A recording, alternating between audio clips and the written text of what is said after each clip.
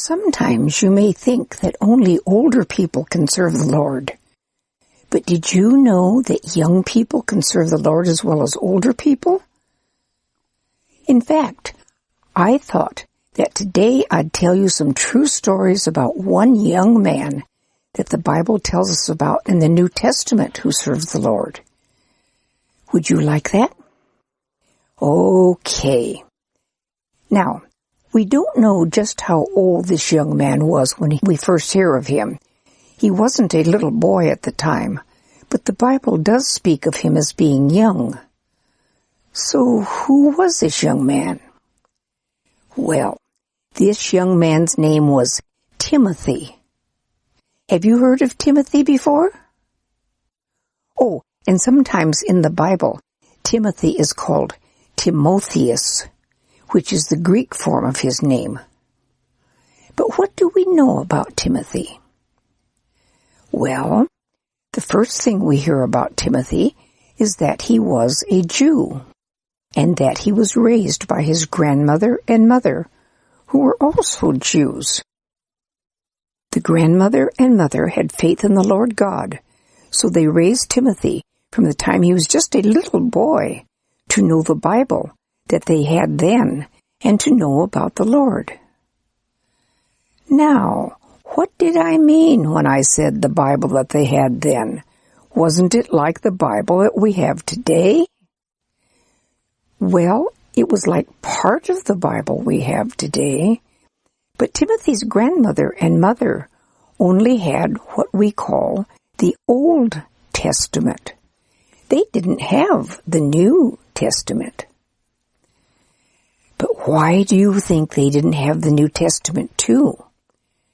Why, because the New Testament hadn't been written yet when Timothy was a little boy. But why hadn't the New Testament been written by then? Why, because they were living in the time that we call New Testament times. Nearly all of the things in the New Testament hadn't been written down yet, because they were just then happening and would be written down later.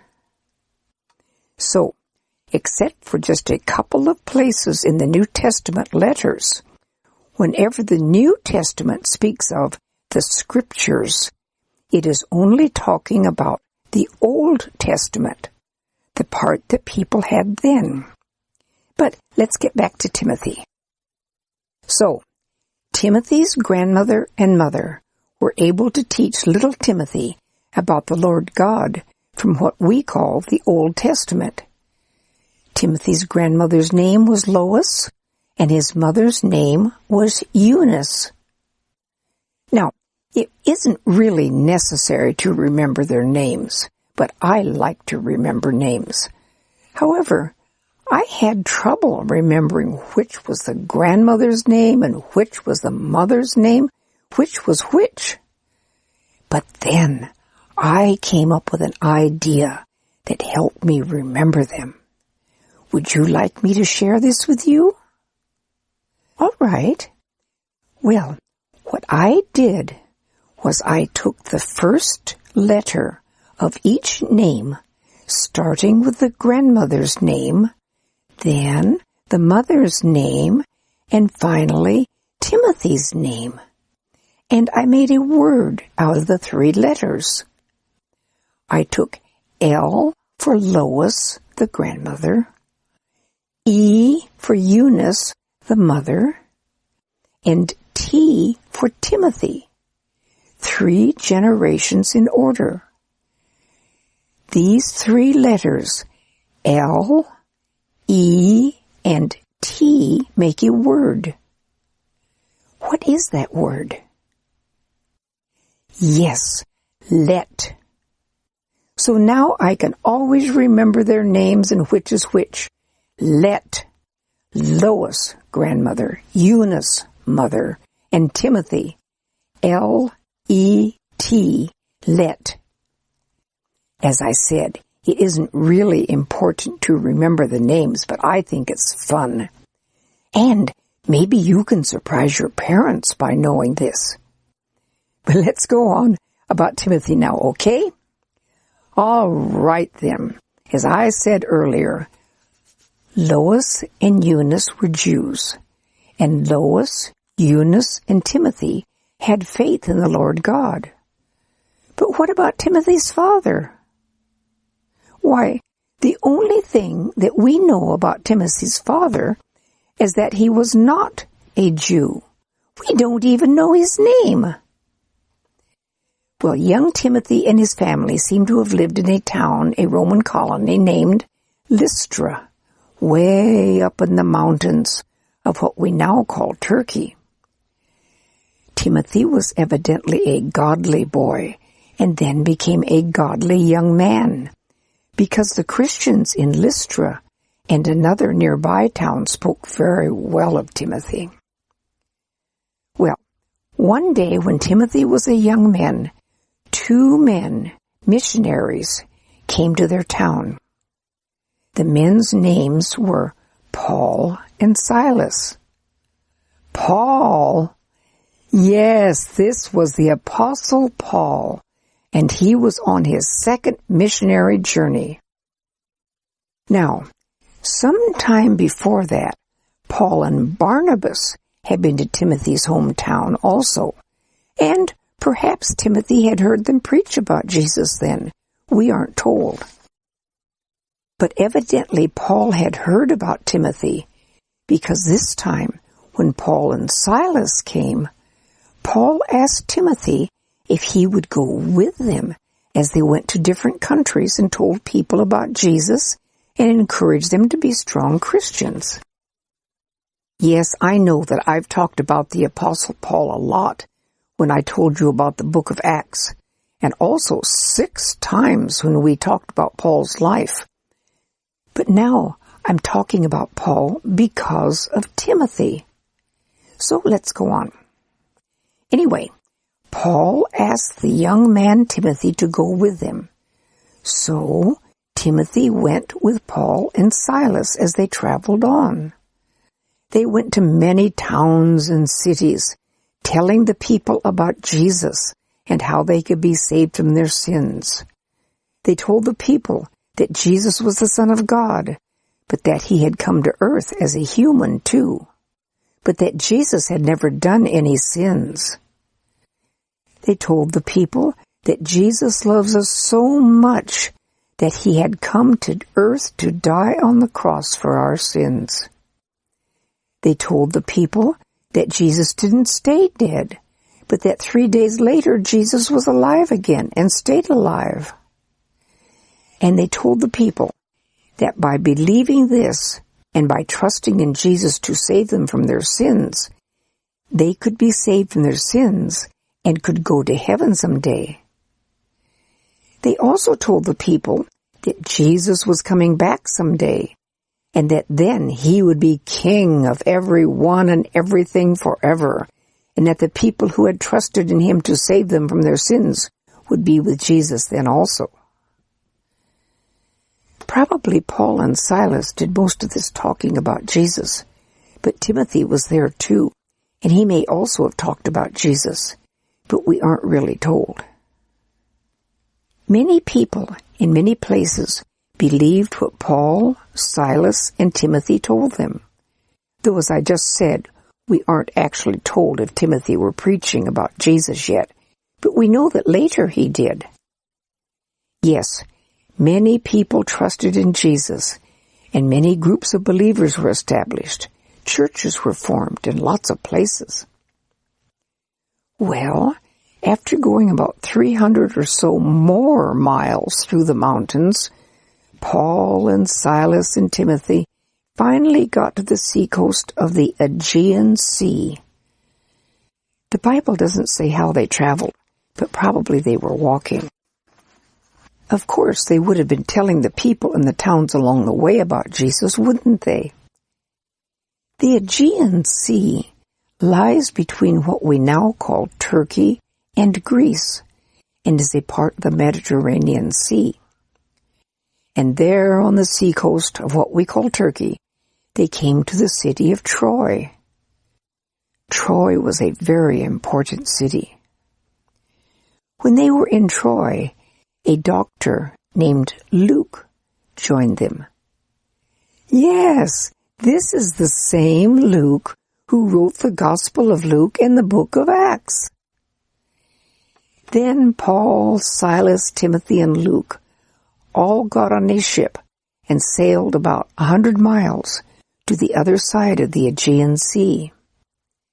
They got off of the ship and went about 9 miles inland until they came to a big city named Philippi. This is also pronounced Philippi. I don't know which way is preferred, but I'm just going to say Philippi. Oh, by the way, the city of Philippi was named after Philip, the father of Alexander the Great. Now, the Romans ruled all over everywhere at that time. And in some ways that was a good thing for Paul and Silas and Timothy as they were doing all of this traveling. How was it good for them?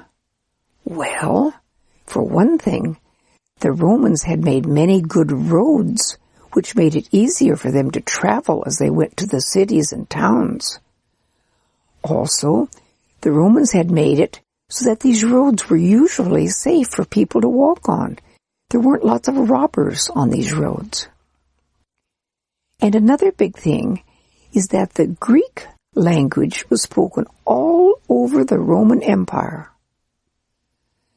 Now, why is it important that the Greek language was spoken in all of these cities and towns? Well, think about it a minute. What if Paul and Silas and Timothy only knew 1 or 2 languages when they went to the many different cities and countries and spoke to the people? And then, what if the people they talked to hadn't known the 1 or 2 languages that Paul, Silas, and Timothy knew? What if the people spoke a different language than the ones that Paul, Silas, and Timothy knew? Why, how would those people have been able to hear about Jesus? But most of the people in the Roman Empire knew the Greek language. And we know that Paul, Silas, and Timothy knew the Greek language too, and that at least Paul also knew the Hebrew language that many Jews used. So this way, Paul could tell about Jesus in Greek to everyone wherever they went. Of course, this was all part of God's plan. Yes, God had really worked things out well so that the good news about Jesus and how to be saved could be taken to many, many different cities and towns and countries, hadn't he? But let's get back to Timothy as he and Paul, Silas, and Luke get to Philippi. Well, around that time, the king of the Romans, called the Caesar, had made a law that the Jews couldn't have their synagogues where they met to worship God in Rome or in any of the cities that were Roman colonies. In fact, Caesar had said that the Jews had to leave the city of Rome. Well, as I said earlier, Paul, Silas, Timothy, and Luke got to Philippi, and Philippi was a Roman colony. So, since the Jews couldn't have a synagogue there, the Jews in Philippi would go outside of the city, out by the river, in order to pray together and worship the Lord there. Well, one day, after getting to Philippi, Paul and Silas and Timothy and Luke went out to the riverside, and there were some women there praying.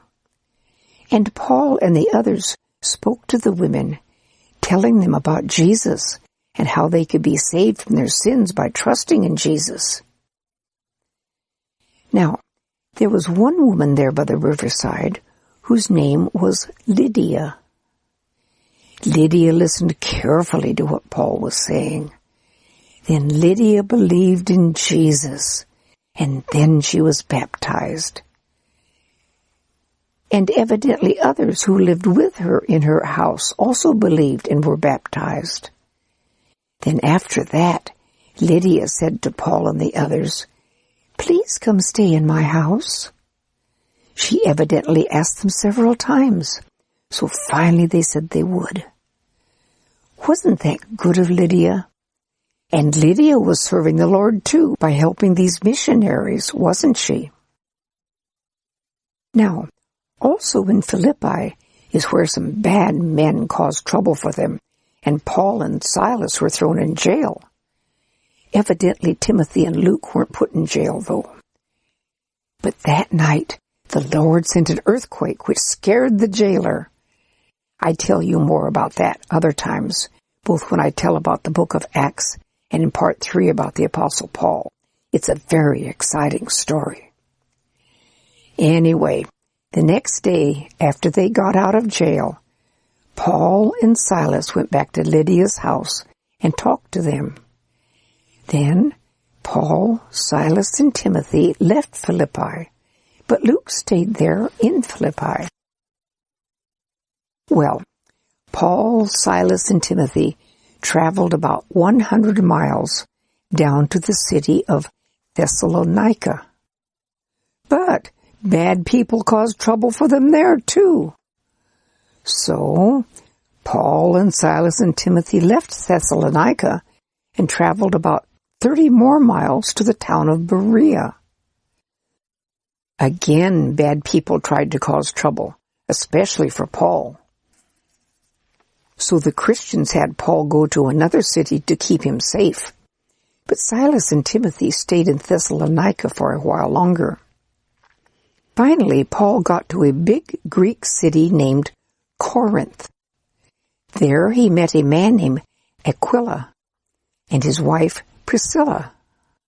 They were Jews who were Christians and had lived in Rome, but they had had to leave their home in Rome because of Caesar's law that I told you about earlier. Aquila and Priscilla made tents for a living. Now, Paul also made tents for a living, so at first Paul stayed with Aquila and Priscilla. Well, after a while, Silas and Timothy joined Paul in Corinth, and they stayed in Corinth for over a year, preaching about the Lord Jesus. But then, bad men made trouble for Paul again. Now, why were bad men causing so much trouble for Paul everywhere he was going? Yes, it was because Paul was preaching about Jesus, and these bad men didn't like it. Can you imagine not wanting to hear how to have your sins forgiven and be able to go to heaven someday? How strange and how foolish. But there are some people like that, and often they don't want others to be saved either. So they cause trouble for people who teach about Jesus. How sad, and also how very wicked of them. Anyway, after the bad men caused this trouble in Corinth, Paul, Silas, and Timothy, along with Aquila and Priscilla, all got on a ship and sailed together back across the Aegean Sea to the big city of Ephesus. From there they sailed to Jerusalem. Timothy was certainly traveling a lot, wasn't he? In fact, this whole time was about 3 years.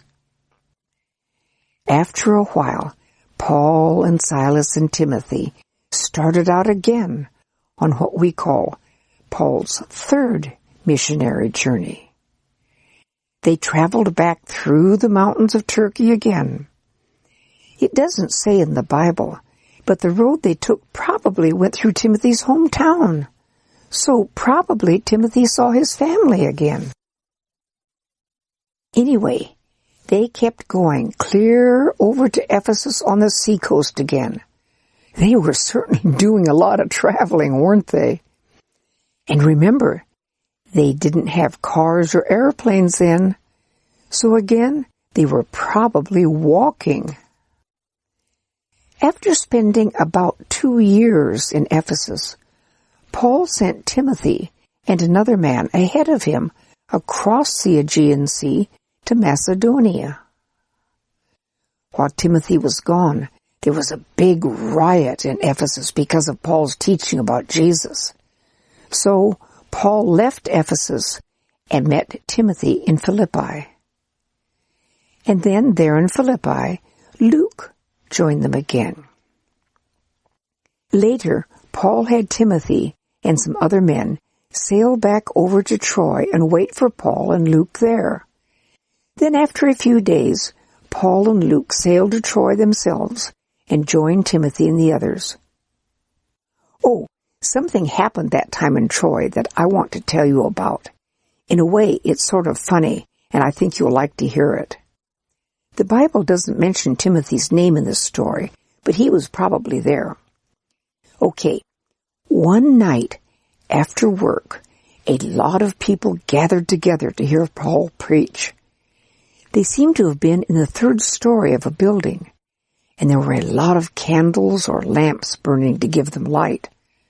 Of course, they didn't have electric lights then. It was in the springtime, and though it doesn't say, I wonder if the room got quite warm. Well, as I said, it was nighttime, and there was a young man there named Eutychus, and he was listening to Paul preach. Paul would only be there a very short time, so everyone wanted him to talk to them a long time. Well, Eutychus was sitting on a windowsill in this third story, and he began getting sleepy. Have you ever gotten sleepy during a long sermon? I have. But what do you think happened then? Why, poor Eutychus went fast to sleep, and he fell out of that high window. Oh dear! The people ran down to where Eutychus was lying on the ground, and they thought he was dead. Well, Paul went down too, and Paul fell down and hugged Eutychus, and he said, "Don't worry, he's alive." And Eutychus was all right. That sounds like a miracle, doesn't it? The Lord often let Paul do miracles. Then they all went back upstairs and had something to eat, and then Paul preached some more until it was daytime. Just think, Paul had preached all night. After that, Paul had Luke and Timothy, and maybe some other men, get on a ship and sail around some land that stuck out into the water to a town and wait for him there. For some reason, Paul wanted to walk there. It seems to me from looking at a map that he probably walked 10 or so miles overland from Troy across the land that stuck out. Anyway, when he got to where he was going, Paul then got on the ship with Luke and Timothy, and they sailed on, eventually getting to Jerusalem. They had been gone 4 years this time. In Jerusalem, some more bad men caused a riot, and though Paul was rescued by the Roman soldiers, he was put in jail. After a while, Paul was sent to the big city of Rome and was in prison there. It sounds in the Bible as if Luke went with Paul to Rome. I don't know if Timothy did at that time or not. However, we do know from 2 letters that Paul wrote later to some churches that Timothy was with Paul at least for a while in Rome when Paul was in prison there. You see, Paul wrote letters both to churches and to individual people. He wrote 2 letters, 1st and 2nd Corinthians, to the church in the city of Corinth. Paul wrote 2 letters, 1st and 2nd Thessalonians, to the church in the city of Thessalonica. He wrote a letter, Ephesians, to the church in Ephesus. He wrote a letter, Philippians, to the church of the city of Philippi.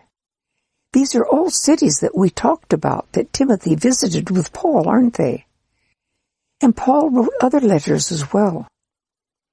Among these other letters were 2 letters that Paul wrote just to Timothy.